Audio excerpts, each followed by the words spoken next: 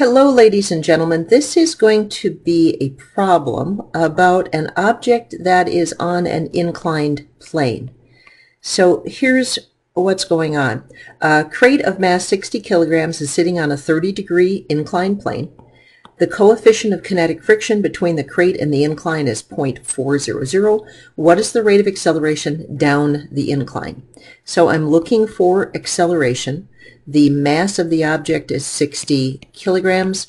The coefficient of friction is 0.400, and my angle is 30 degrees.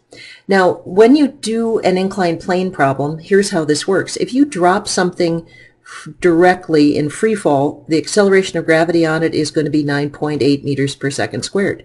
But if something is on an incline, it's going to be accelerated by gravity, not totally, just a component of the force of gravity is going to push it down the incline. So how do you do that? Well, as always, we are going to start by drawing all the forces on our object. Force of gravity is straight down towards the center of the Earth. Normal force here is perpendicular to the surface. It is not necessarily equal to force of gravity because it's perpendicular to the surface, not the ground. There is going to be a coefficient of friction, so there's a friction force. Now the block is going to want to slide down the incline. Friction always opposes motion, so friction force is going to be up the incline like that. There are my forces on my objects. Now, we have always done this. We have summed the forces horizontal and we have summed the forces vertically.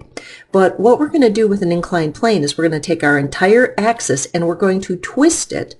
So we're going to talk about the forces that are parallel to the incline and the sum of the forces that are perpendicular to the incline. In order to do that, friction is parallel to the incline, normal force is perpendicular to the incline, and how am I going to deal with force of gravity? I am going to break gravity into components. So I am going to drop a perpendicular straight down this direction, and I'm going to make a right triangle out of here. Now you can do a cute little geometric proof to prove that this 30-degree angle is the same as that 30-degree angle, but they are. And I want to find this force, which is going to be my force parallel to the incline, and this force, which is the component of gravity that is perpendicular to the incline. So the force parallel, this is my opposite side, that's going to be equal to my force of gravity times the sine of theta, and my force perpendicular is going to be my force of gravity, and this is the adjacent side, so times the cosine of theta.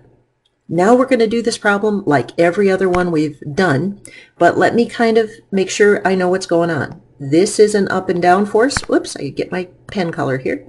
This is an up and down force. This is an up and down force. Let's identify my back and forth forces. Friction is up and this component is down. And I use color when I do this on paper as well. It really helps me make sense of the whole thing. So let's construct our equations. The sum of the forces parallel to the incline. Well, the direction of motion is going to be down the incline, so I'm going to call this everything down the incline positive. Everything up the incline I am going to call negative. So forces parallel to the incline, this fraction of the sum of the force of gravity is that force parallel is pushing me down the incline minus friction up the incline, and that is going to make my mass accelerate because in this plane it's a Newton's second law situation and the sum of the forces parallel to the incline is going to make the mass accelerate. Perpendicular to the incline, it's not falling through the incline or going upward, so in this dimension it is a Newton's first law situation and the sum of the forces equal 0. What does that mean? The forces up equal the forces down, or normal force in this case is going to be equal to the force perpendicular. Okay, let's see what we get. Force parallel is going to be the force of gravity times the sine of theta. Friction force, I'm going to replace friction force with mu times normal force, and that's going to make my mass accelerate. So let's throw some numbers in. Force of gravity is 60 kilograms times acceleration of gravity, 9.8 meters per second squared, times the sine of 30 degrees, minus mu, mu is 0.4, my coefficient of friction, times the normal force, which I don't know yet, is going to make my mass, which is 60 kilograms, accelerate down the inclined plane. So let's clean this up a little bit. 60 times 9.8 is going to be 509 newtons. I am so wrong. 60 times 9.8 times the sine of 30. This is going to be 294 newtons.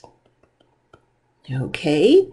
I just don't trust myself, so forgive me. I got to double check my math here.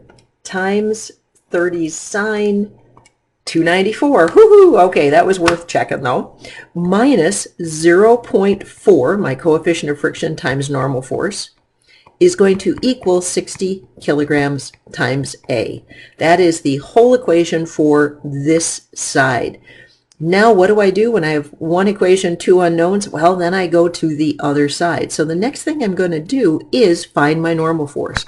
I am going to find that my normal force is going to be equal to the force perpendicular, which is going to be equal to the force of gravity times the cosine of 30 degrees. Force of gravity is mass, 60 kilograms, acceleration of gravity, 9.8 meters per second squared, cosine of 30 degrees, and I get for my force perpendicular, which is my normal force, I am going to end up with 509 newtons. Now that I have that, I can put that in the other equation over here. So so we have lots of room to wiggle. I don't have room to wiggle. Okay, I am going to put it right here. So 294 newtons minus 0.4 times 509 newtons is going to equal 60 kilograms times A. 0.4 times 509 is 204 newtons. 294 minus 204 is going to give me 90 newtons. That's going to equal to this brought down 60 kilograms times acceleration, or my acceleration is 90 newtons divided by 60 kilograms, and I am going to end up with 1.5 meters per second squared. That'll do for an inclined plane problem. We'll do another one next.